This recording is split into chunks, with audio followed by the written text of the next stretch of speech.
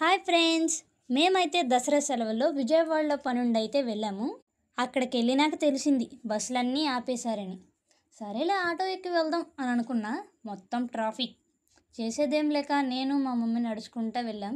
కొంచెం దూరం వెళ్ళిన తర్వాత అయితే అక్కడ చాలామంది వెళ్తున్నారు. వెంటనే నేనైతే మా అమ్మని అడిగా, ఏంటమ్మా ఇక్కడ చాలామంది వెళ్తున్నారు, ఏమైనా స్పెషల్ ఉందా అని. మా అమ్మ చెప్పింది నవరాత్రులంట, అది గుడికి వెళ్ళే దారంట, అందరూ వెళ్తున్నారు. వాళ్ళల్లో చాలామంది పిల్లలైతే కనిపించారు. వాళ్ళ దగ్గరికి నేనైతే వెళ్ళి అడిగాను, ఏమన్నా ప్రోగ్రామ్స్ జరుగుతున్నాయా అని.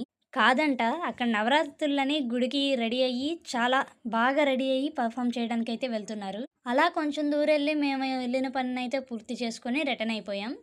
ఇప్పుడే మా ఛానల్ ఫస్ట్ టైం చూస్తున్నట్లయితే సబ్స్క్రైబ్ చేయండి.